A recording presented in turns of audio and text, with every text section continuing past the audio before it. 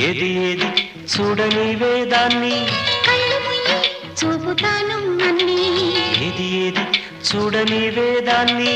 కళ్ళు మూయి చూపుతాను అన్నీ పట్టి తెచ్చానులే పండు